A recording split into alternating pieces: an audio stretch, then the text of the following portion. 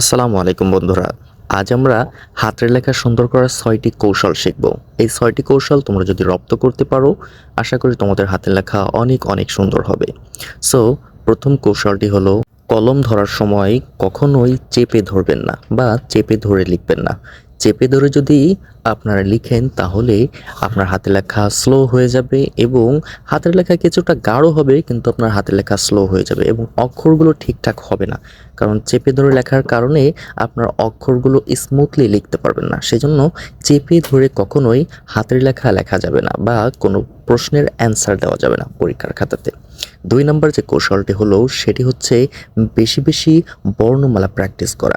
সকল হাতের লেখা বিশেষজ্ঞগণের মতে হাতের লেখা সুন্দর করার একমাত্র উপায় হলো বর্ণমালা বেশি বেশি প্র্যাকটিস করা। সো হাতের লেখা সুন্দর করতে হলে তোমাকে অবশ্যই বর্ণমালা বেশি বেশি প্র্যাকটিস করতে হবে, যেন সেটা বইয়ের মতো করে লিখতে পারো। সো ৩ নাম্বার আমরা যে কৌশলটি শিখব সেটি হলো অঙ্গবিন্যাস ঠিক করে বসে লেখা। অঙ্গবিন্যাস যদি তোমার ঠিক করে বসে না লিখতে পারো, তোমার হাতের লেখা সুন্দর হবে না। যুক্তরাষ্ট্রের হাতের লেখা বিশেষজ্ঞগণ বলেন, অঙ্গবিন্যাস যদি ঠিক করে না বসে লেখা হয় তাহলে হাতের লেখা সুন্দর হবে না। সো বসে তোমাকে যেভাবে কমফোর্ট ফিল হয় সেভাবেই তোমার বসে হাতের লেখা বা কোনো প্রশ্নের অ্যান্সার বা পরীক্ষার খাতার অ্যান্সার করতে হবে। ৪ নম্বরে যে কাজটি তোমাকে করতে হবে সেটি হলো, কোনো কিছু লেখার সময় সেটা অবশ্যই মনোযোগ সহকারে লেখা। যদি যেটা তুমি লিখছো সেটার যদি তুমি মনোযোগ না দাও, যে কোনটার পর কোনটা লিখবো, কোন বাক্যের পর কোন বাক্যটি লিখবো, এটি যদি তুমি আগে ভাগে না ভেবে রাখো তাহলে কিন্তু তোমার হাতের লেখা কিছুটা হলেও খারাপ হয়ে যাবে।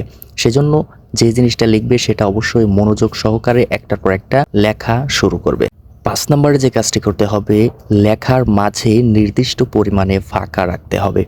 অর্থাৎ তুমি একটি শব্দ লেখার পর আরেকটি শব্দতে যতটুকু ফাঁকা দিচ্ছ, পরের শব্দগুলোতেও ঠিক ততটুকু ফাঁকা দিবে এবং প্রতিটা লাইন লেখার সময় নিচের যে লাইনটি লিখছো সেই নিচের লাইনের ফাঁকা জায়গাও একই পরিমাণে রাখতে হবে। তাহলে তোমার হাতের লেখা অনেক সুন্দর দেখা যাবে।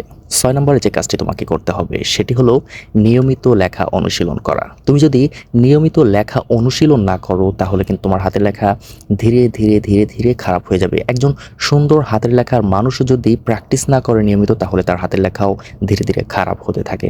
সো এই ছিল ৬টি কৌশল। যদি ভিডিওটি তোমাদের ভালো লাগে তাহলে তোমাদের যারা বন্ধুরা আছে যাদের হাতের লেখা খারাপ তাদেরকে শেয়ার করতে পারো এবং লাইক করে সাবস্ক্রাইব করে রাখবে পরবর্তীতে আরও সুন্দর সুন্দর ভিডিও পেতে। আর হ্যাঁ, পরবর্তীতে কোন ধরনের ভিডিও চাও সেটাও তোমরা কমেন্ট করে জানিয়ে দিতে পারো।